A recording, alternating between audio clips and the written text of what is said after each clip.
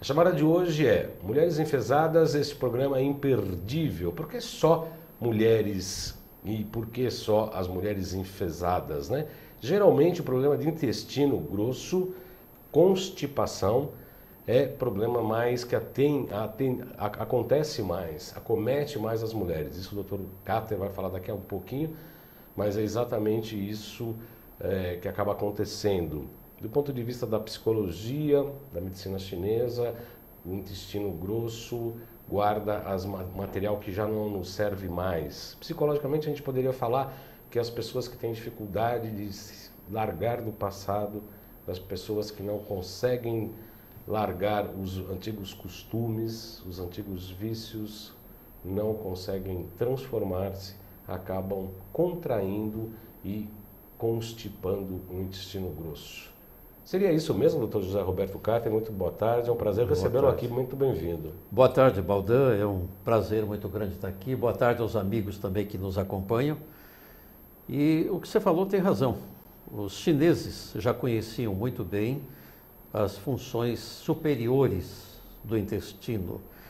A medicina hoje não dá tanta importância ao intestino quanto ele merece e a população também não. Ele não é um simples saco de cocô como todo mundo pensa. Um depositório, um depósito, né? Exato, não é um depósito de restos.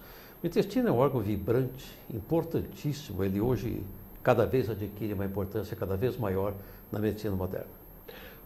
Quero agradecer aqui a presença do Alexandre Augusto e do Adriano Santos, que acabaram de chegar aqui no chat. As pessoas podem encaminhar pelo chat. Eu também coloquei no Facebook, que eu estou aqui no ar. O doutor Francisco Viana falando que ele fez um curso junto contigo na Tobias, há 20 anos atrás. Grande amigo, excelente colega, extremamente competente, muito bom. É um prazer contato com ele. Também está acompanhando o nosso programa de hoje. Isso. Exatamente. Eu coloquei uma outra chamada também anterior, doutor Cáter, lembrando que os chineses, como o senhor mesmo, o doutor Cáter também tem especialização em acupuntura, somos colegas também de agulhas, né, doutor? Exato.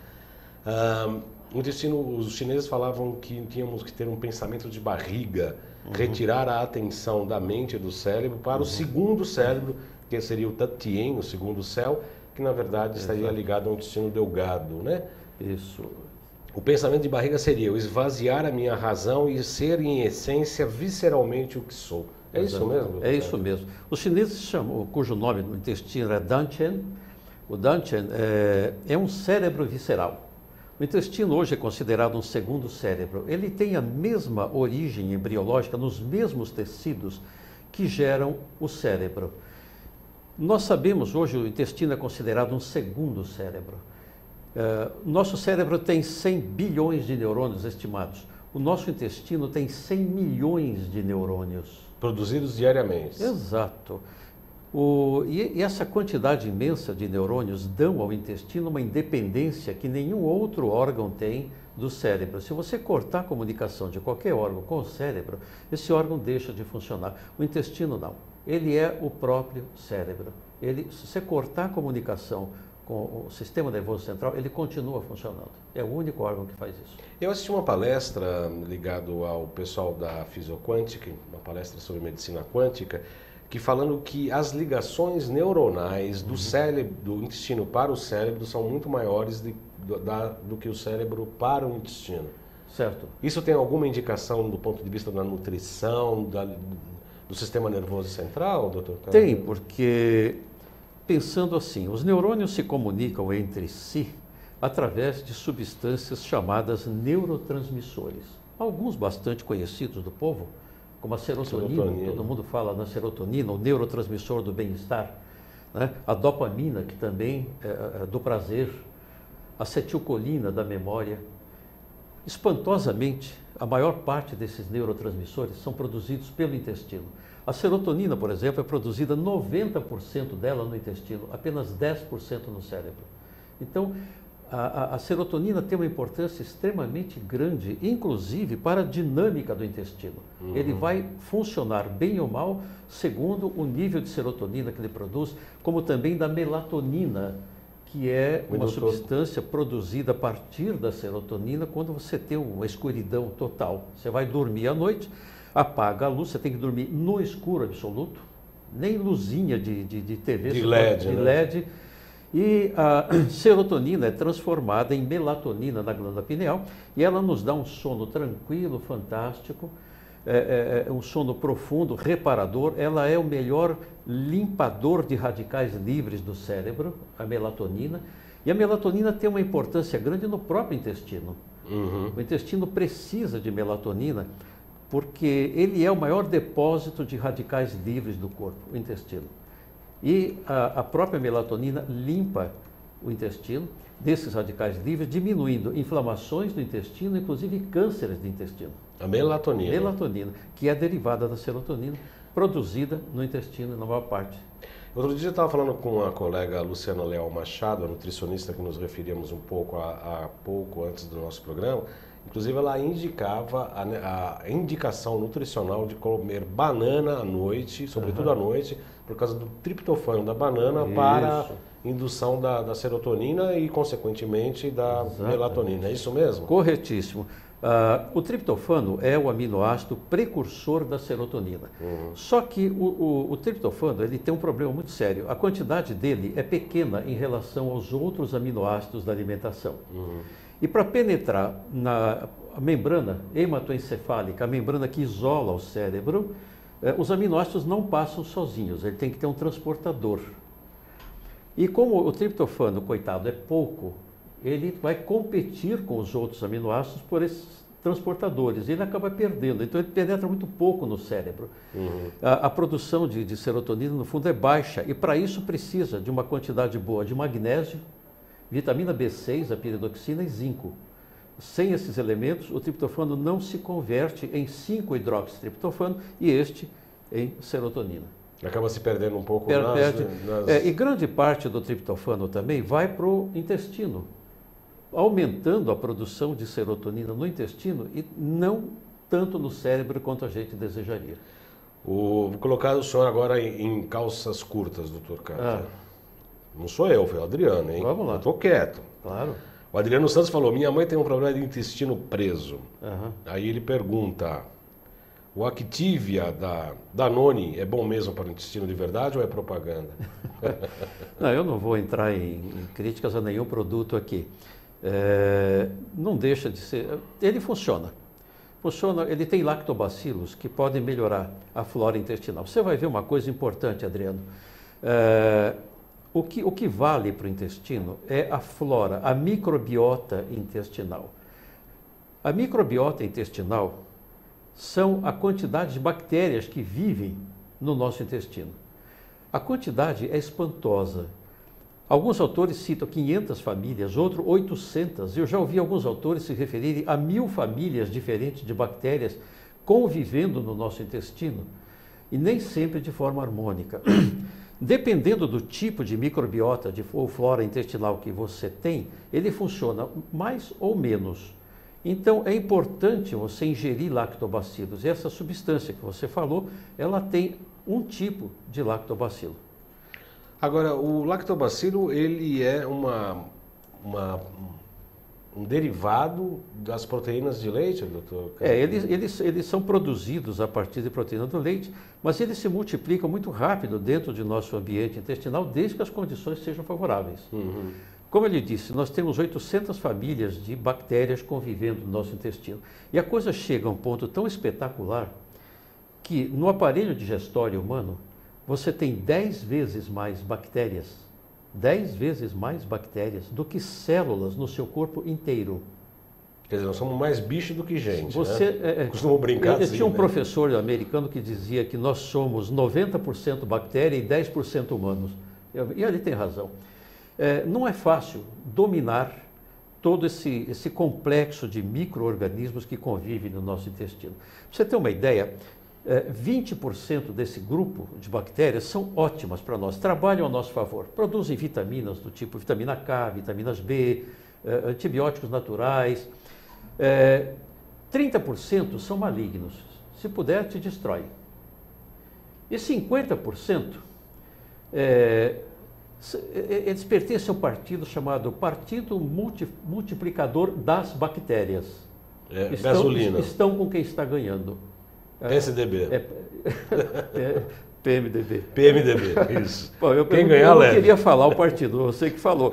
Eu preferi usar o termo partido multiplicador das bactérias. Elas vão estar com quem está ganhando, quem está mandando. Se as boas predominarem, elas vão para o lado das boas e você vai ter 70% de boas bactérias. Se as más predominarem, elas vão para o lado das más e você está perdido. Aí vão atacar o teu organismo, que é uma loucura. Então, a gente tem que primar por ingerir alimentos que favoreçam a multiplicação de boas bactérias. Manter a microbiota intestinal íntegra e bem funcionante é o principal preceito de saúde. O senhor, como nutrólogo, quais são os alimentos primordiais para as pessoas que estejam com o intestino preso, com a constipação intestinal? Certo. Bom, existe uma dupla sertaneja fantástica. Água e fibra. Água e fibra. Isso é dupla sertaneja, não dá para separar. Água e fibra. Se você beber água, e olha, é muito importante que os senhores tenham que beber água, calculem assim, 30 ml de água por quilo de peso por dia. Um pessoal de 80 quilos... 80 quilos, 3 vezes 8, 24. 2.400 ml, quase 2,5 litros de água por dia. Uhum. Se você beber essa quantidade de água segundo o seu peso e ingerir uma quantidade boa de fibras, tanto solúveis quanto insolúveis, as fibras solúveis você tem na aveia, você tem em alguns alimentos integrais, você tem na maçã, algumas frutas, elas dão volume às fezes. E tem as fibras insolúveis, como a do trigo, por exemplo, você tem que combinar as duas. Então, você não pode comer mais de umas 30 gramas de fibra por dia, senão elas vão evitar a absorção também de minerais importantes, como o zinco, por exemplo. Uhum. E agora, não use farinha refinada nem açúcar refinado. Eles são ricos em cádmio, e o cádmio compete e desloca o zinco. E sem zinco você não fabrica, a sua imunidade cai, e aí o zinco está emitido em quase tudo que é importante para nós, imunidade principalmente. Então, comendo farinhas integrais, alimentos integrais e muita água, o seu intestino vai funcionar. Vai.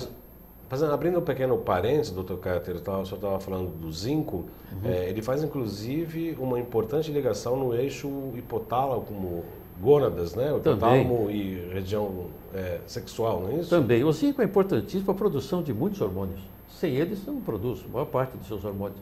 O magnésio, o zinco, o cromo, são importantíssimos. E, na verdade, os três são extremamente pobres na nossa alimentação. A alimentação brasileira é muito pobre, porque as terras brasileiras, elas não são vulcânicas. Então, o solo já é pobre. E os nossos alimentos são plantados no mesmo lugar há anos e consomem os oligoelementos micronutrientes e ninguém repõe. Quando muito, eles repõem nitrogênio, fósforo e potássio, NPK, mas não repõem oligoelementos micronutrientes. Então, se você pega um tomate hoje, ele tem 50% menos licopeno do que há 30 anos atrás. Isso é por conta do quê? De degeneração genética da planta? Não, essas terras não têm os elementos, a planta já é doente. Depois, o plantador hoje, eles aceleram o crescimento da planta, utilizando recursos bioquímicos, e não dá tempo da planta absorver do solo também o que tem.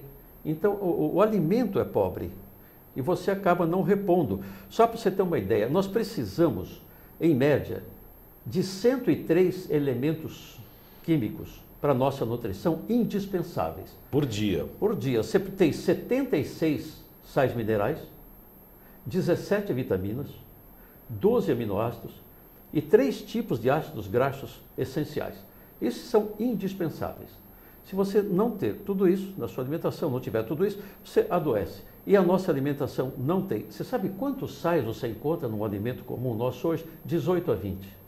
Precisaria encontrar quantos? No mínimo 76. Então, as doenças crônicas estão aumentando de forma assustadora, doenças degenerativas, porque o corpo não tem condição de se manter, de lutar. As doenças, a pergunta que não quer calar, doutor Cáter, as doenças consideradas autoimunes cada vez crescem mais, como reumatismo, artrite, artrose e até lúpus e outras coisas, certo, até chegar ao próprio câncer. Isso. São derivadas também dessa pobreza nutricional também? Nem sempre. O que você citou uma coisa importante aqui que é indispensável que a gente diga. Doenças autoimunes. Por que elas acontecem? Aí o intestino entra na brincadeira de novo. O intestino, ele tem a sua membrana, que forra o intestino por dentro. Essa membrana é seletiva. É o endotélio, é isso? Isso. Ele é seletivo. Ele deixa entrar no corpo aquilo que precisa. Aquilo que não precisa, ele não deixa. Aí já mostra uma atitude inteligente por parte do intestino. Daí a noção de cérebro dele. Ele sabe o que tem que entrar e o que não pode entrar no corpo. Porém, devido à disbiose, que é a alteração da flora intestinal, o crescimento de flora ruim, disbiose, uso de pílula anticoncepcional, uso de antibióticos, uso de corticoides, anti-inflamatórios, tudo isso agride a mucosa do intestino e vai o quê? Lesar essa membrana. Aquele cimentinho que une as células, ele é destruído. Então começa a entrar substâncias no intestino que não deveriam entrar. O intestino perde essa capacidade seletiva. E entram substâncias estranhas, proteínas mal digeridas, bactérias, fungos. Isso tudo vão formar imunocomplexos que vão provocar uma reação do sistema imunológico. Se algum desses imunocomplexos tiver uma semelhança com algum tecido nosso, o sistema imunológico vai atacar não só aquela substância, mas o nosso tecido também. Pronto, nasceu a doença autoimune. Então, toda doença autoimune tem relação com o intestino. Dr. Kader, eu tenho tido uma experiência bastante interessante no consultório que diz respeito aos tratamentos das patologias principalmente depressão, insônia e por aí vai. Como o senhor sabe, eu fiz psicopatologia, eu sou especializado nisso, acupuntura e depressão é a minha monografia, e cada vez mais eu entendo que nós, com atender a depressão, a gente tem que fazer primeiro passo, além da acupuntura e outros florais, alquimia e quânticos, etc., também uma reforma no padrão alimentar. Tanto é que eu costumo pedir, primeira coisa, retirar o leite e glúten dessas pessoas e depois, obviamente, uma indicação do nutrólogo, do nutricionista, para fazer uma recuperação desse intestino junto com a terapia energética e psicológica. O que o senhor acha disso? Olha, corretíssimo. O intestino influi, inclusive, nos nossos pensamentos, nos nossos sentimentos. Na verdade, você é aquilo que o seu intestino é. Muitas substâncias que vão produzir os neurotransmissores que combatem a depressão, como serotonina, dopamina, noradrenalina, eles dependem de substâncias que o intestino tem de absorver. Então, não basta que você ingira um determinado nutriente, ele precisa ser absorvido. E nem sempre isso acontece. Existem diversas razões, como essa de alteração da parede. Essa chamada síndrome da hiperpermeabilidade intestinal. A hiperpermeabilidade intestinal é uma doença terrível, porque ela deixa entrar um monte de coisas. E nisso eu incluo os metais pesados. Mercúrio, chumbo, alumínio, cádmio. E você sabe que esses metais pesados também vão ao cérebro e impedem a produção dos neurotransmissores do bem-estar, como a serotonina, a dopamina, e impede a absorção de muitas substâncias importantes para o organismo. Além dos metais pesados, eu não posso deixar de citar a Cândida albicans, a famosa cândida que causa as candidíases frequentes que dão muito trabalho às mulheres no âmbito genital. Mas as cândidas vivem no nosso intestino e, se elas predominarem, a quantidade de cândida for muito grande, elas acabam conseguindo penetrar pela parede do intestino utilizando aquelas aberturas anômalas que tem. E um alerta para quem usa aspartame, que é um adoçante aí utilizado pelo pessoal. O aspartame, a cândida adora aspartame. Ela forma uma enzima chamada aspartato protease, que faz com que a cândida penetre não só na parede intestinal, abrindo mini buracos na parede, mas isso vai para o sangue, é levado ao cérebro, abre também um buraco na barreira hematoencefálica, a cândida penetra no cérebro e causa depressão, porque impede a produção de serotonina e de dopamina. A cândida. A cândida albicans, famosa cândida. Então, nós temos que controlar a presença da cândida no nosso intestino. Isso é muito importante. O que faz a cândida crescer? Farinhas refinadas, farinha branca, açúcares. O açúcar é um veneno. Mas também o refinado? O refinado. O açúcar refinado, principalmente farinha refinada, tudo que é refinado. Não consumir tanto carboidrato, isso é importante. O carboidrato mal digerido, ele vai formar, além dos gases, todo mundo se queixa de gases, nem sequer mastigam o carboidrato. O carboidrato, a digestão dele começa na boca e termina no intestino delgado, precisa mastigar muito carboidrato e não comer uma quantidade tão grande do próprio. O carboidrato mal digerido, ele propicia o crescimento de uma bactéria intestinal ruim chamada Clostridium difficile. O Clostridium difficile causa um estrago muito grande no intestino e favorece o crescimento de Cândida, além disso. Então é preciso muito cuidado, vocês têm que evitar o consumo de farinhas refinadas. Não use açúcar branco, não fica comendo doce, pão branco, macarrão branco, arroz branco, sabe? Diminua o amido da alimentação. E para combater o processo já instalado, o que o senhor recomenda, doutor? Probióticos, principalmente. Probióticos. Todo mundo devia fazer uso de probióticos, são compostos de lactobacilos. Quanto mais famílias de lactobacilos contiver no probiótico, melhor. E sempre numa quantidade grande, no mínimo 5 bilhões de unidade formadora de colônia por ml. Isso é importantíssimo. E no Brasil a gente não tem probióticos tão bons assim. O Alexandre Augusto, pelo chat, pergunta qual seria a melhor alimentação, Dr. Carter? Vegetariana, vegana, crudívora, outras? Olha, é muito individual. Cada indivíduo deveria pesquisar junto aos seus terapeutas qual é a melhor dieta para ele. Tá? A nutrigenômica, que é um capítulo novo da nutrologia, a tendência da nutrigenômica é determinar o que cada um pode comer e o que não pode. Só que isso é uma coisa para o futuro, está começando agora. Sabe, no futuro, eu espero, vão pegar uma gotinha de sangue, vão colocar no aparelho e vai sair tudo que você pode comer e que não pode. Mas, por enquanto, nós não temos ainda esse tipo de aparelho. O que nos aproxima disso é a medicina quântica. Ela consegue, através de alguns aparelhos, ainda ter uma noção aproximada disso. Não tem dúvida. E aí, cada um vai poder comer aquilo que lhe é melhor. Mas a nutrição funcional também, né? Funcional, ela caminha para isso, né? A funcional é um alimento que, além de nutrir, combate determinadas doenças. É um remédio, né? Na alimentação. Mas também individualiza a dieta. Também, individualiza a dieta, não tem dúvida. Agora, quanto a carnivorismo, vegetarianismo, veganismo, ovo-lacto vegetariano, pisco ovo-lacto, cada um tem que escolher aquilo que lhe faz se sentir melhor. É muito difícil dizer que uma delas é melhor que outra. A maioria da população precisa de carne ainda. O tipo O, que diz a dieta do tipo sanguíneo, dizem que o tipo O, o tipo mais guerreiro, mais antigo, o O pode, mais ancestral.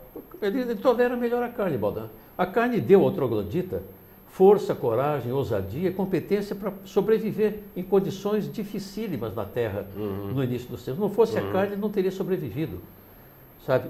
Então, o troglodita tinha uma saúde impressionante. Os esqueletos encontrados até hoje têm dentes perfeitos, um esqueleto alto, ombros largos. A carne dá isso para ele. Há 10 mil anos, quando começou a agricultura e o consumo exagerado de farináceos, carboidratos, realmente houve uma pequena degeneração na qualidade do homem. Sabe? Então, eu tenho um pouco de receio de indicar alguém ser vegano ou vegetariano. Eles têm algumas deficiências importantes. Não só deficiência de B12, que é encontrada em alimentos animais. Então, aqueles que são ovo-lacto vegetarianos têm menos deficiência, mas os veganos têm alguma deficiência de B12 e tem outro problema. Eles têm uma quantidade muito alta de homocisteína. A homocisteína é um produto, é uma proteína derivada de um metabolismo errado da metionina, que é um aminoácido importante. E o vegano tem deficiência também de metionina. E a homocisteína causa inflamação, Causa inflamação, ela causa envelhecimento cerebral, ela causa uma inflamação no endotélio das artérias, levando à produção de placas de ateroma. E o coitado do colesterol leva fama. Ainda ele que produz depois. Ele é o bombeiro, não é o incendiário. Ele vai lá para tentar curar uma lesão e acaba levando a fama. Pois é. Quer dizer, você tem um cadáver caído lá e vem um detetive para ver o que aconteceu, chega a polícia, acha o detetive e põe a culpa nele. Quer dizer, não foi ele que matou. Ele só está passando lá para ver o que aconteceu, né? O colesterol é a mesma coisa, a culpa não é dele. A homocisteína é um dos fatores que causam inflamação do endotélio. Tem mais. A dieta mal orientada também causa isso. E essa inflamação do endotélio é a principal causa inicial da formação de placas ateromatosas. A Márcia Lou está pelo Face e pergunta o seguinte: as propriedades que ela liu sobre propriedades curativas da prata coloidal. Você pode falar alguma coisa sobre o assunto? Sim, nós usamos prata coloidal em tratamentos mais difíceis, né? Eu tenho utilizado a prata coloidal em tratamento de hepatite C, em H. pylori, Helicobacter pylori, e assim, muitas infecções. Inclusive, nós estávamos conversando daquela bactéria americana que eu trouxe para o Brasil. Você importou, né? Nossa, a gente come muito mal ali, gente. Eu acabei tomando prata coloidal e foi ótimo, me recuperei em 2 dias. A prata coloidal é ligada à água, à produção da água, é isso? A água, e ali você insere na água as moléculas de prata na forma de colóide, em suspensão. Né? Ali ela vive, ela não se dilui na água, ela vive em suspensão. E a prata é um antibiótico natural fantástico. Né? Sempre a prata no passado era usada para tratar infecções, para purificar a água, aqueles filtros forrados com prata. Ela é um antibacteriano, um antiviral, antifúngico, fantástico. Em relação à degeneração como o senhor mesmo falou, da generação das produções dos alimentos aqui no Brasil. Sabe-se, outro dia eu estava falando com uma pessoa que esteve na Europa, ficou encantada porque estava na Itália e teve um problema de saúde, foi amplamente cuidada pelos médicos, inclusive com medicação gratuita, consulta gratuita pelos médicos, um tratamento de primeiro mundo. Ali é proibido determinados anti-inflamatórios e antibióticos. Na Europa e também em outros países é proibido os agrotóxicos que se usam aqui no Brasil, além dos transgênicos que são amplamente utilizados aqui no Brasil. Onde nós vamos parar, doutor Cato? É difícil. Nós vamos precisar de pelo menos mais uma geração para ver os efeitos disso. O Brasil é o maior consumidor de agrotóxico do mundo. E a legislação brasileira não faz nada para impedir isso. Essas grandes empresas produtoras de agrotóxicos estão deitando e rolando, como a gente diz. E o brasileiro se intoxicando cada vez mais de agrotóxicos. Evidentemente, eles agridem a parede do intestino também, causando aquela síndrome de hiperpermeabilidade intestinal, né? E causando disbiose. E olha, se existe uma coisa que é uma verdadeira bomba para o indivíduo, é a combinação de aumento da permeabilidade intestinal junto com uma disbiose intestinal, é uma bomba. O cara vai ter problemas sérios. Como perceber que há já uma disbiose em andamento? Como que a pessoa pode achar que tem uma infecção, por exemplo? Começa os processos de diarreia? Você tem que fazer cultura, você pode fazer cultura de fezes. Além do exame de fezes protoparasitológico, você pode fazer cultura, você pode pedir uma prova coprológica funcional para ver se as enzimas que digerem os alimentos estão sendo convenientes. Né? Se você encontrar nas fezes muco, provavelmente o pâncreas não está funcionando bem. Se você encontrar gordura, a lipase não está funcionando bem. Se encontrar sangue, alguma coisa vai estar errada, pode ser até grave. Então, a análise das fezes, e uma coisa importante, vocês têm que aprender a olhar suas fezes. Sabe?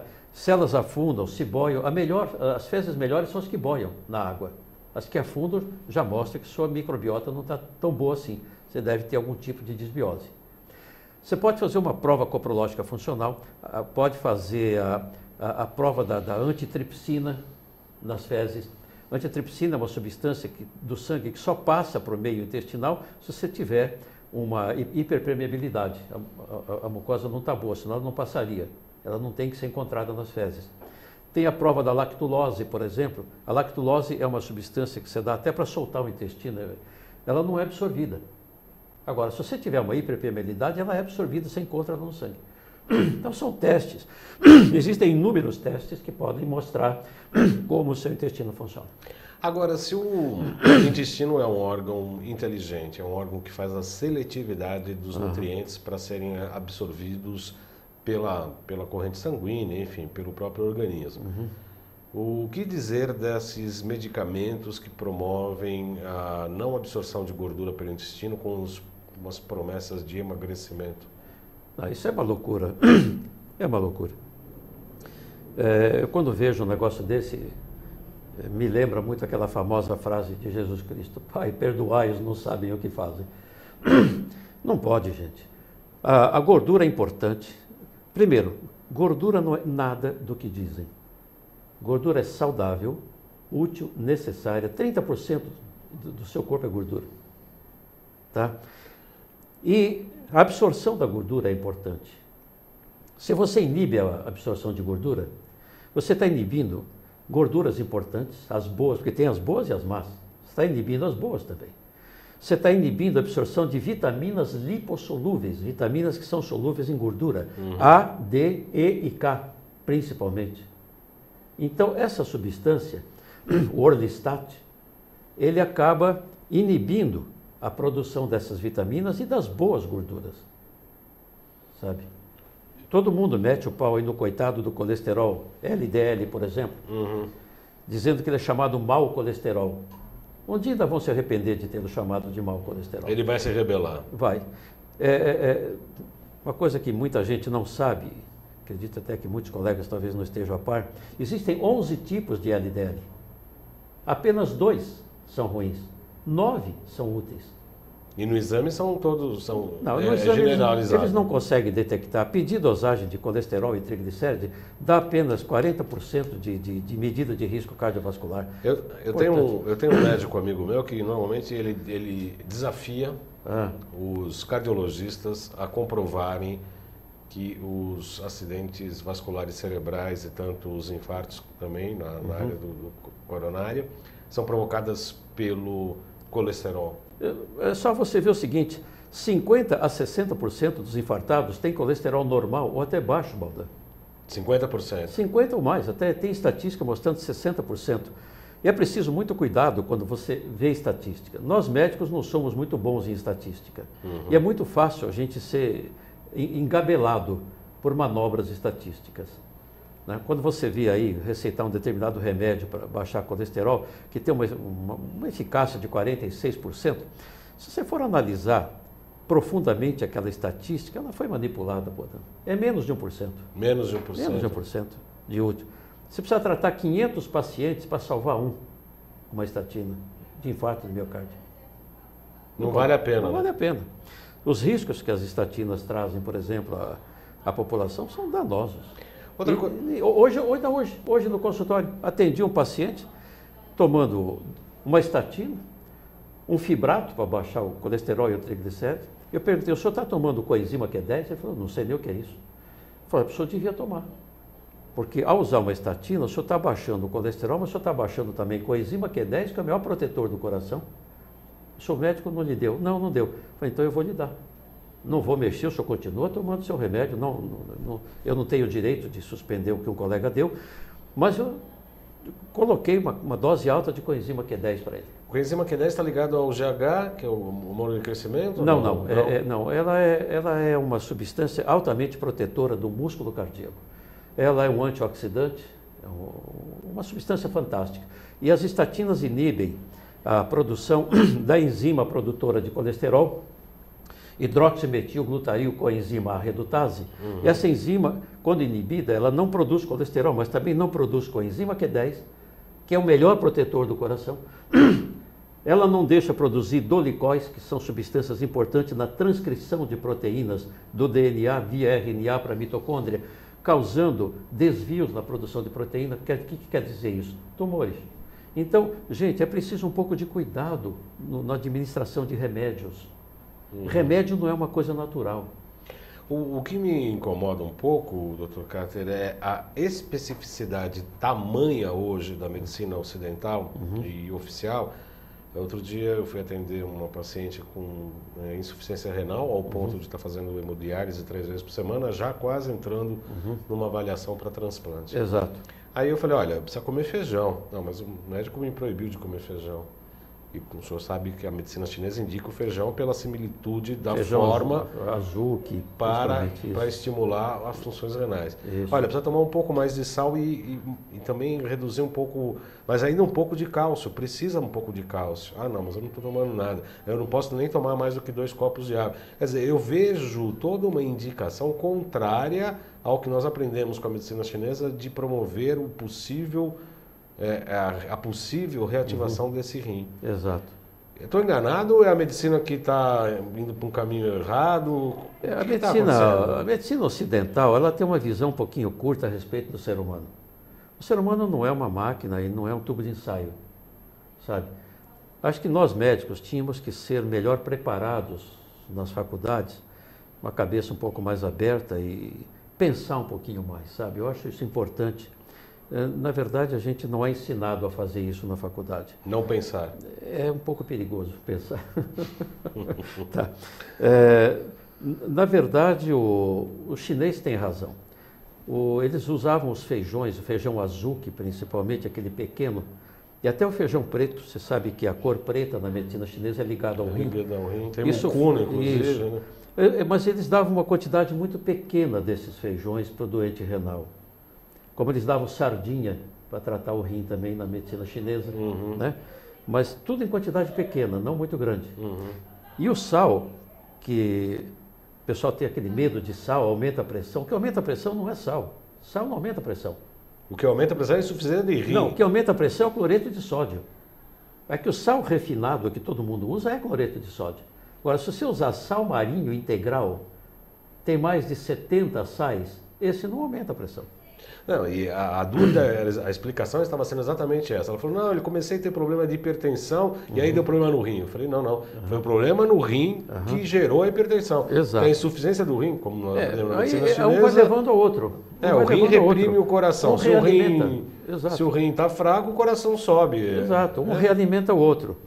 Agora, uma coisa que eu queria chamar a atenção também, Baldan, eu ouço muito em consultório, a maior parte de quem nos procura em consultório são doenças gastrointestinais. Maior parte. 60% no mínimo ou mais. E é muito frequente chegar paciente tomando medicamentos para inibir a produção de ácido clorídrico. Nossa. Bloqueador de bomba de prótons, de histamina, de H2, ranitidinas, omeprazóis, pantoprazóis, esomeprazóis. E muitas vezes ele chega dizendo, o médico mandou eu tomar isso o resto da vida. Eu tenho um pouco de receio. Eu, quando vejo isso, me arrepio. Ao inibir... Primeiro eu pergunto, minha senhora, vamos com calma. A senhora sabe para que serve o estômago? É para digerir a comida. O que ele usa para isso? Ácido, pepsina, né? Falei, e o que acontece se a gente tirar o ácido do estômago? Não vai funcionar, pois é o que a senhora está fazendo. E aí tem outro senão. Além de não digerir bem a comida, quem toma esses remédios por tempo muito prolongado, você pode tomar por pouco tempo. Se chegar alguém com uma úlcera sangrando lá, eu não tenho dúvida, lhe dou omeprazol correndo. 60 dias, depois fazemos exame de novo, se fechou, chega, para, não continua. Tá? Você não pode inibir o estômago, você vai dar uma atrofia violenta, uma gastrite atrófica. E a gastrite atrófica é 1,5 pé no câncer de estômago. Mas aí entra um outro fator ligado ao intestino. Quando você inibe a acidez do estômago, e você está comendo todas as comidas que você ingere, elas vêm com trilhões de bactérias junto com a comida. Essas bactérias, nem sempre boas, elas têm que ser eliminadas pela acidez do estômago. O estômago esteriliza a comida. Se você baixar a acidez do estômago, não vai esterilizar e seu intestino vai ser colonizado por cepas de bactérias estranhas. E isso vai causar um bruto problema na sua microbiota intestinal, vai levar a uma disbiose. Então, esse também é um fator agravante de quem usa inibidor de bomba de prótons por tempo muito prolongado. Ao invés de corrigir hábitos alimentares, mastigar 40 vezes cada porção, não tomar líquidos durante a refeição, aprender a combinar alimentos, isso é importante. Come fruta antes de se alimentar e não depois. Sempre antes. A sobremesa de fruta transforma em antemesa. Tá? Você já vai melhorar bastante a sua digestão. Aí você come. Não misture massa com carne. Esse é um erro que todo mundo comete. Mas descendentes de italianos aqui no Brasil fazem isso mas o tempo isso aí todo. Faz mal. A digestão de um e de outro são completamente diferentes. Do carboidrato com a proteína. Massa com carne, assim, a carne vai ficar 3, 4 horas no seu intestino. A massa passa muito rápido. Porém, a massa vindo junto com a carne vai ficar no seu intestino um tempão. E vai fermentar tudo. Vai encher você de gases, vai estufar, vai causar uma desbiose intestinal. Eu gostaria que o senhor desse algumas dicas, doutor Carter, de quais alimentos assim absolutamente não combinam. Obviamente, o senhor já falou uma importante, da massa com carne. Teria algum outro tipo de... Assim é o seguinte, se você seguir essa linha de não misturar massa com carne, você já fez uma melhora fundamental no seu aparelho digestório, você não tem dúvida. Não é interessante também misturar frutas ácidas com frutas não ácidas. não é uma combinação muito saudável.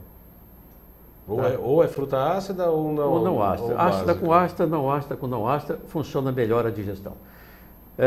E também essa massa com carne é um erro que todo mundo comete e paga um preço caro por isso. Uhum. Tá? O senhor falou da acidez do estômago. Eu costumo até, como algumas pessoas chegam com gastrite ou com uma queimação no estômago, eu falo assim, olha, espreme um meio limão e tome um copo com água. Não, mas eu estou ardendo, faça isso. Ou você vai me agradecer muito ou vai ficar muito bravo comigo, mas vamos arriscar. Eu diria que em 80% a 90% a pessoa agradece, porque na verdade a queimação no estômago é por hipoclorídrico. Exatamente, é falta de ácido clorídrico. E ainda dá um remédio para inibir mais ainda, né? O que você tem que fazer, no caso o limão, ele melhora realmente a função digestória. O ácido cítrico no limão é um ácido fraco, mas ele ajuda, ele na verdade chega no estômago, ele funciona como alcalino até. Tá? Mas a gente tem que estimular a produção de ácido pelo estômago. E no meio ácido, o pepsinogênio se transforma em pepsina, que ajuda a digestão também das proteínas. Tem que tomar fermentos digestivos, tem que tomar coisas que estimulem a secreção de ácido pelo estômago. A própria mastigação, eu quando estudei medicina oriental, eu fiquei com chinês e fiquei com coreano também, que me ensinou muita coisa importante, obrigava a mastigar 80 vezes. Porque o asiático tem um estômago um pouquinho menor e menos funcional que o nosso, e o pâncreas deles também menos funcional. E eu aprendi a mastigar 80 vezes, e aliás, até hoje eu faço isso. Eu nunca mais tive qualquer problema gastrointestinal na minha vida. Os amarelos são amarelos por insuficiência de vaso pâncreas. Exatamente. E estômago, né, doutor? Então, e você vê, o câncer de pâncreas está aumentando assustadoramente. Assim como o de intestino também. Por quê? Alimentação. Você quer se livrar, meu caro ouvinte, de câncer de pâncreas? É a coisa mais fácil. Coma 50% no mínimo, ou até 60% de alimentos crus. O crudivorismo. Crudivorismo. Saladas, frutas. Quanto mais cru um alimento, mais enzimas ele tem que facilitam a própria digestão do alimento. Quando você come alimento processado, ele foi aquecido, você destrói as enzimas. Você vai ter que usar o seu pâncreas. Você vai forçar o seu pâncreas a trabalhar muito mais. Um boi, por exemplo, que pesa muito mais que nós e come alimento cru, o pâncreas dele é 1/3 do tamanho do nosso. Não tem grama frita, né? Não tem grama frita. Então, se você comer alimento cru, você está descansando um pouco o seu pâncreas. Dificilmente você vai fazer um câncer de pâncreas.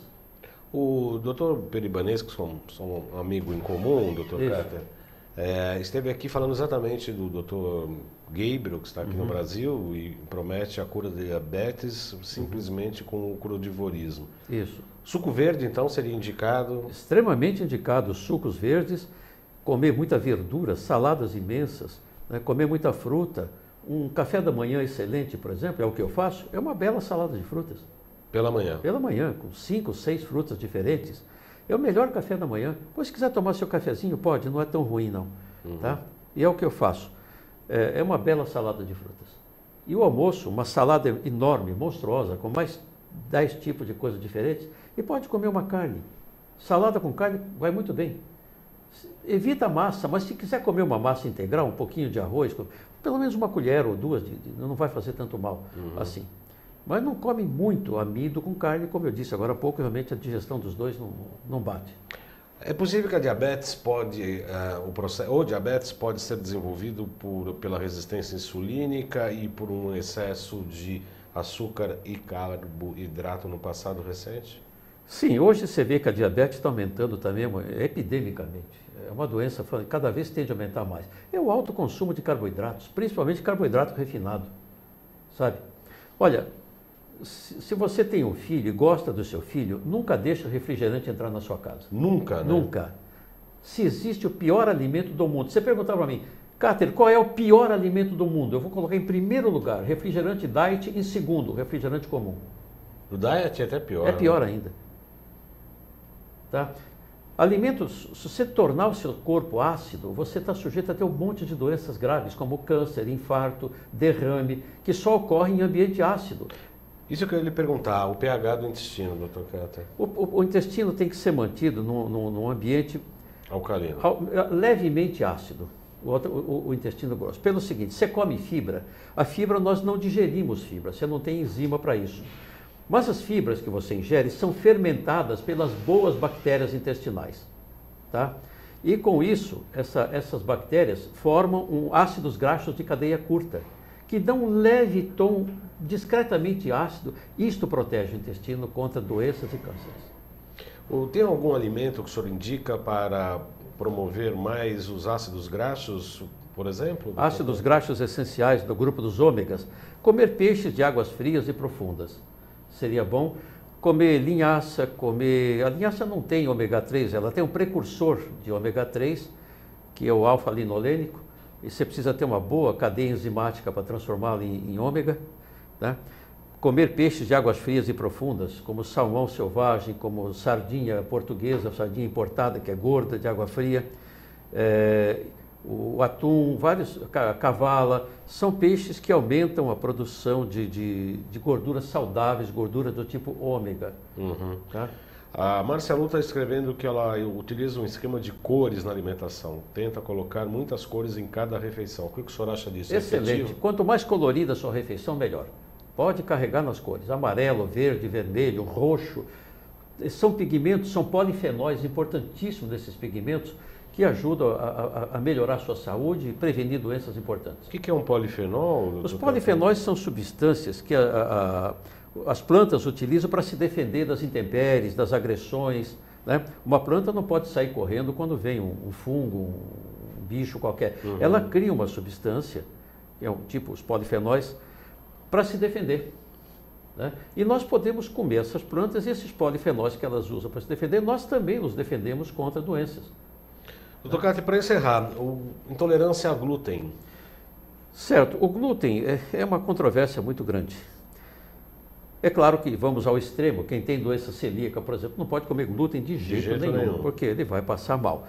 A maioria das pessoas podem até aceitar um pouco de glúten, mas, sinceramente, o glúten não é uma das proteínas mais saudáveis que a gente pode ter. Só para você ter uma ideia, de 20% a 25% dos esquizofrênicos têm altos anticorpos contra a gliadina, que é uma das proteínas do glúten. Então você vê que o glúten interfere até mesmo no nosso comportamento. É preciso muito cuidado com o glúten. Realmente, se pudéssemos nos livrar dele, seria melhor. Seria melhor. Isso. São 16 horas e 55 minutos. Já adentraram a porta do estúdio pedindo para que encerrássemos o programa. Eu agradeço muito ao Dr. Cáter. Passa rápido, né, doutor? Passa logo, né? Mas é um prazer muito grande, né? A gente está sempre aqui com você, já acho que é a terceira ou quarta vez que venho, e sempre que precisar estamos aí. É com muito prazer, Em breve faremos outra pauta. Eu acompanho algumas palestras do Dr. Cáter, que acontece todas as quartas-feiras. Primeira quarta-feira? A última quarta do mês lá na ANIL. Na ANIL, que fica na rua... Senador Casimiro da Rocha, 222. 222. Jabaquara. As pessoas que queiram entrar em contato consigo, Dr. Cáter, quer deixar um endereço, e-mail? O e-mail jrcater@hotmail.com. jrcater com K, com K, @hotmail.com.